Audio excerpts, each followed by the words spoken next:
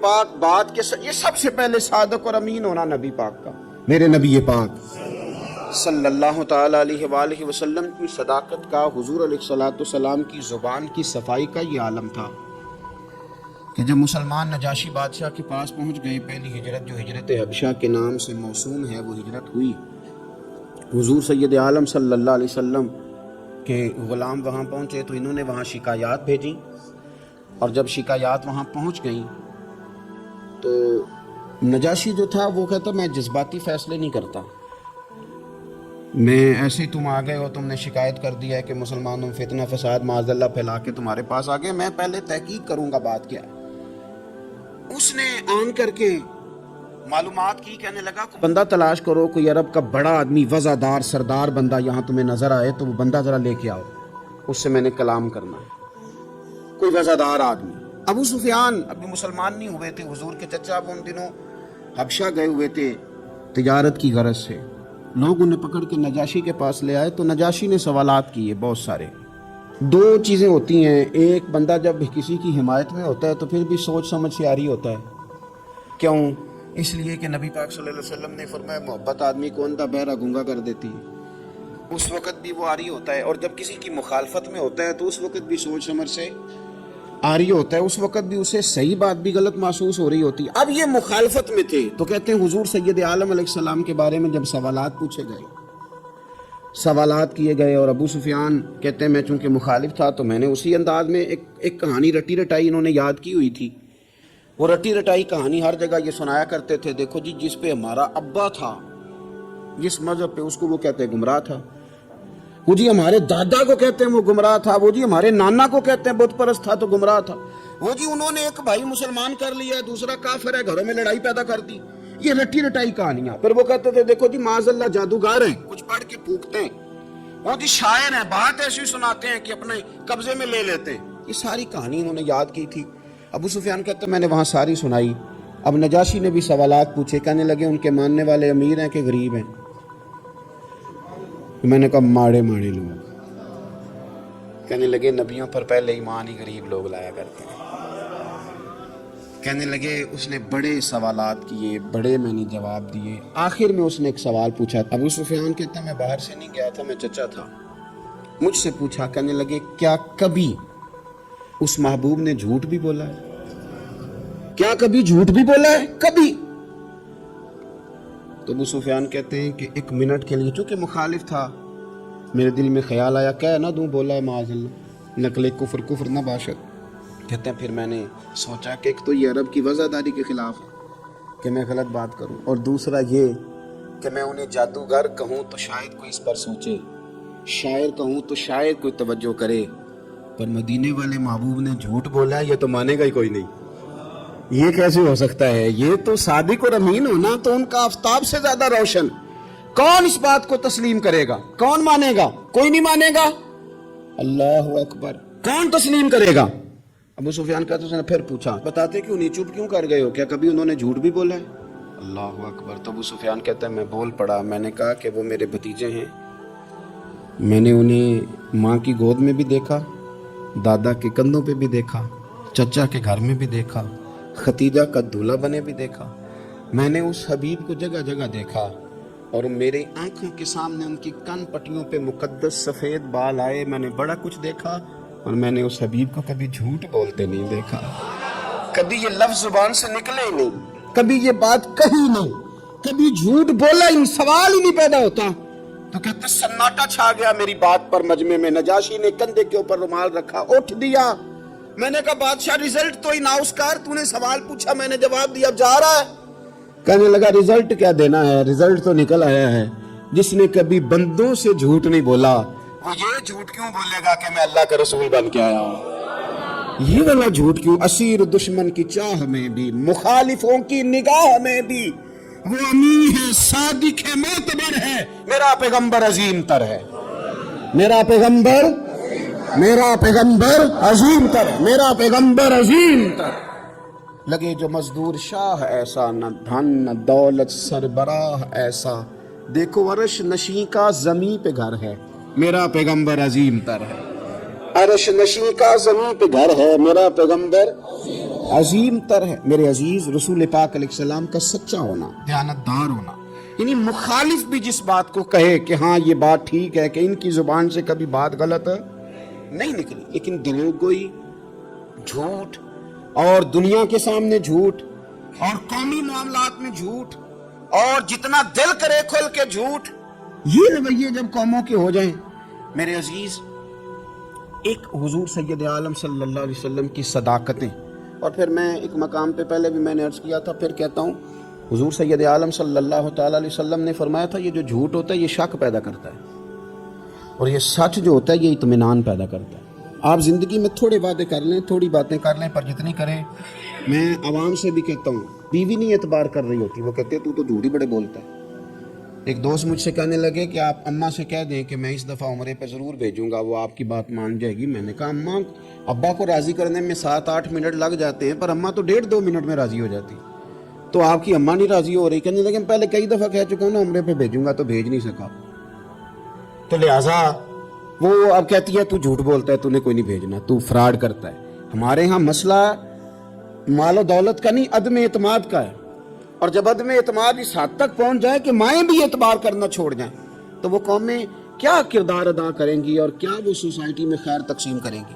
تو سچی بات، نبی پاک علیہ السلام نے فرمایا بندہ جھوٹ بولتا ہے، اور اتنے جھوٹ بولتا ہے کہ وہ رب کی بارگاہ میں جھوٹا لکھ دیا جاتا ہے، اور پھر اس کے لیے جہنم کا فیصلہ ہو جاتا ہے۔ اور کچھ بندے سچ کی کوشش کرتے ہیں، اتنی کوشش کرتے ہیں کہ اللہ کی بارگاہ میں سچے لکھ دیے جاتے ہیں، اللہ کے حضور وہ سچے لکھ دیے جاتے ہیں، اور فرمایا یہ سچ ہی انہیں جنت میں لے جائے گا۔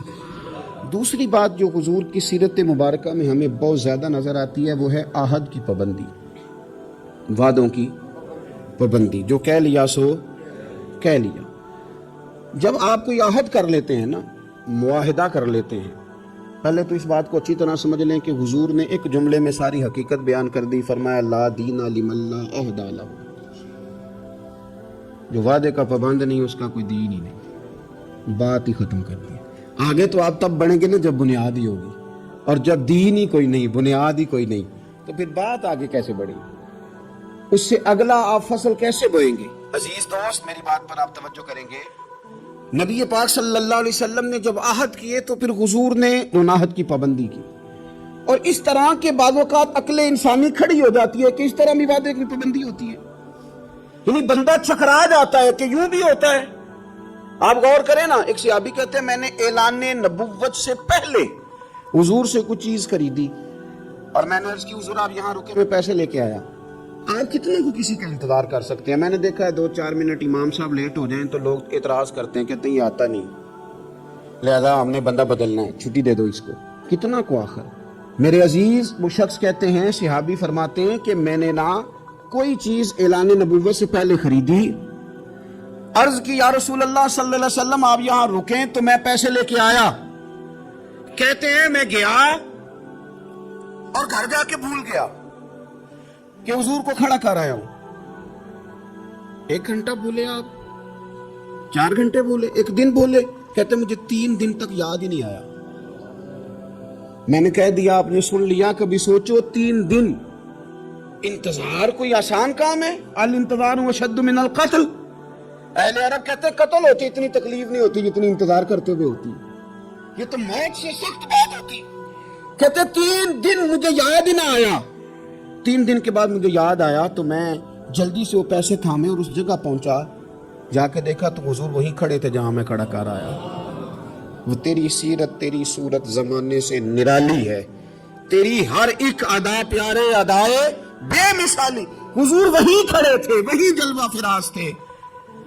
کہتے ہیں مجھے دیکھ کے حضور نے چہرے پر کوئی بل نہیں ڈالا، کوئی حضور کے شکن نہیں آئی، فرمانے لگے تم نے مجھے بڑی تکلیف میں ڈال دیا، تم کھڑا کر گئے تھے، میں یہیں پہ کھڑا ہوں، اسی وقت سے کھڑا ہوں۔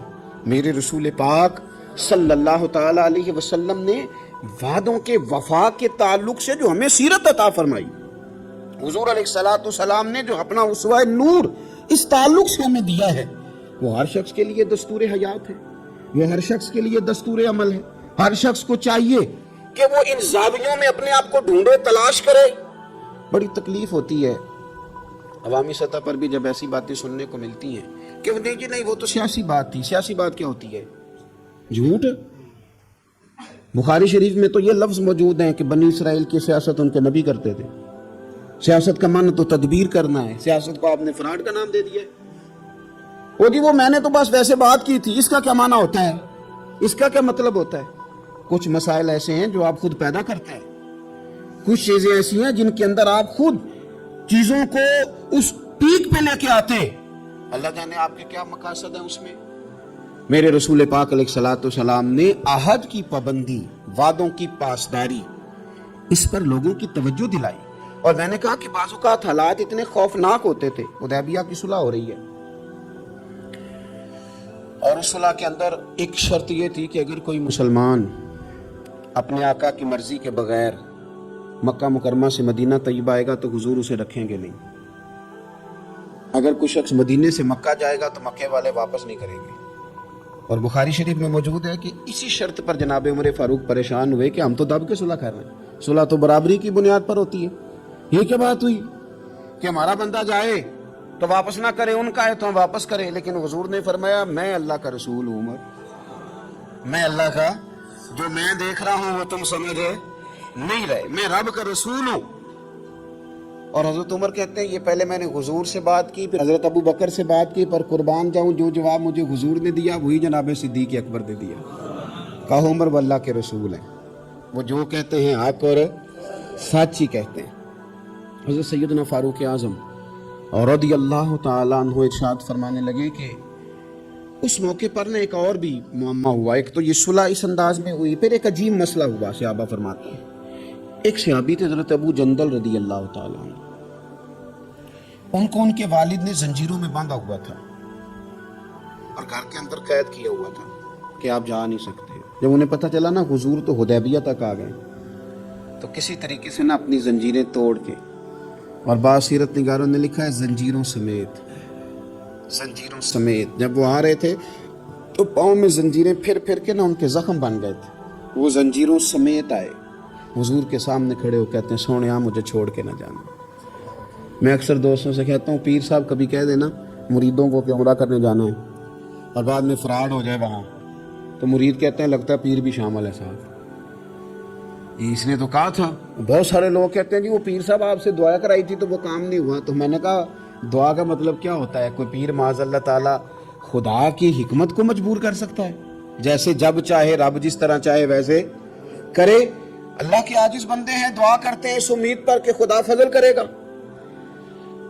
تو اب بڑی جلدی لوگ ڈگمگا جاتے ہیں کہ فلاں جگہ ایسا ہو گیا. حضور سید عالم صلی اللہ علیہ وسلم کی بارگاہ میں عرض کیا یا رسول اللہ صلی اللہ علیہ وسلم حضور مجھے چھوڑ کے نہ جائیے گا، بڑا مارتا ہے میرا باپ. آپ ذرا کیفیت دیکھیں. حضور نے وعدہ کر لیا کہ ہم لے کے نہیں جائیں گے. وہ آ گئے رو رہے ہیں یا رسول اللہ چھوڑ کے نہ جائیے گا. ان کے والد کھڑے ہو گئے کہنے لگے جی آپ نے وعدہ کیا آپ لے کے نہیں جا سکتے. امتحان دیکھو محبت کا. کوئی ضروری ہے کہ ہر موقع پر شاباشی ملے، ہر وقت مسکرا کے ملا جائے؟ یہاں تو لوگ اس بات پہ بھی ناراض ہو جاتے ہیں کہ مجھے 21 دفعہ ملے ہیں تو 20 دفعہ ہنسے، 21ویں دفعہ ہنسے نہیں. خیر ہے آج مسکرائے نہیں. ہر بات میں لوگ ایک پہلو تلاش کر لیتے ہیں کمزوری کا. وہ رو رہے ہیں، تڑپ رہے ہیں. اور صحابہ کہتے ہیں ہماری خواہش تھی ان کا درد دیکھ کر کہ حضور حکم کرے تو ہم زنجیریں ساری توڑ دیں. اور میرے رسول نے کیا فرمایا؟ فرمایا ابو جندل تمہیں جانا ہے کیونکہ میں وعدہ کر چکا ہوں. جب کوئی وعدہ کر لے پھر اسے نتائج کی پرواہ کیا ہوگا، کیسے ہوگا، پھر اس بات کی پرواہ. میں وعدہ کر چکا ہوں لہذا اب تمہیں واپس جانا ہے اور جب تک میں دوسرا حکم نہ دوں اتنی دیر تک لوٹنا نہ. ان کے آنسو پوچھے گئے، وہ واپس گئے. کیا کہا تھا درویش نے؟ ایک باری میری آنکھیاں چوں اونا نے اتھرو پونجے سن ہن تے چسکا پی گیا رونے دا. ہن تے مینوں چسکا ہی پی گیا رونے دا تے ہر ویلے آہو زاری دا. نبی پاک علیہ السلام نے واپس بھیج دیا. یہ وقتی طور پر کرب کا مسئلہ تھا، تکلیف کا تھا، لیکن اپنے وعدے کی پاسداری، اپنے وعدے اور معاہدے کی پابندی. کوئی بھی آپ کمٹمنٹ کریں، کسی کے ساتھ بھی کریں، کسی بھی لحاظ سے کریں. اور جو لوگ اپنے حساب سے بڑے بنتے ہوں، سربراہان کہلاتے ہوں، ان کے لیے تو زیادہ ضروری نہیں ہو جاتا کہ اگر وہ کوئی کال قرار کرتے ہیں، کوئی بات کرتے ہیں تو پھر اس کا انہیں پابند بھی ہونا چاہیے. تو چیزوں کو اگر حضور کی سیرت نور کی روشنی میں دیکھا جائے تو میرے نبی پاک علیہ السلام نے پھر وعدے کی پابندی کو امت کو دستور بنا کے دیا. حضرت حذیفہ بن یمان، حضرت ابو حسین رضی اللہ تعالیٰ عنہ، یہ دو لوگ کہتے ہیں کہ بدر کی جنگ میں نا ہم حضور کے ساتھ لڑنے کے لیے گھر سے نکلے. رستے میں ابو جہل نے اور کچھ لوگوں نے ہمیں روک لیا. کہاں جا رہے ہو؟ ہم نے کہا حضور کی زیارت کے لیے. انہوں نے کہا نہیں، تم جنگ کرنے جا رہے ہو، لڑائی کرنے جا رہے ہو، تم لڑو گے. ہم نے وہاں وعدہ کر لیا کہ ہم نہ صرف زیارت کریں گے، ہم لڑیں گے نہیں. وعدہ کر لیا. جب ہم حضور کی بارگاہ میں پہنچے نا تو عرض کی یا رسول اللہ صلی اللہ تعالیٰ علیہ وسلم، حضور ہم وہاں وعدہ کر رہے ہیں کہ لڑیں گے نہیں، ورنہ وہ آنے نہیں دیتے تھے، ہمیں گرفتار کر لیا تھا انہوں نے. وعدہ کر رہے ہیں کہ لڑیں گے تو یا رسول اللہ صلی اللہ تعالیٰ علیہ وسلم ہمارے لیے حکم کیا؟ یہ بدر کی لڑائی تھی جس میں ایک ایک آدمی کی ضرورت تھی. 1000 کا مقابلہ 313 کے ساتھ ہے.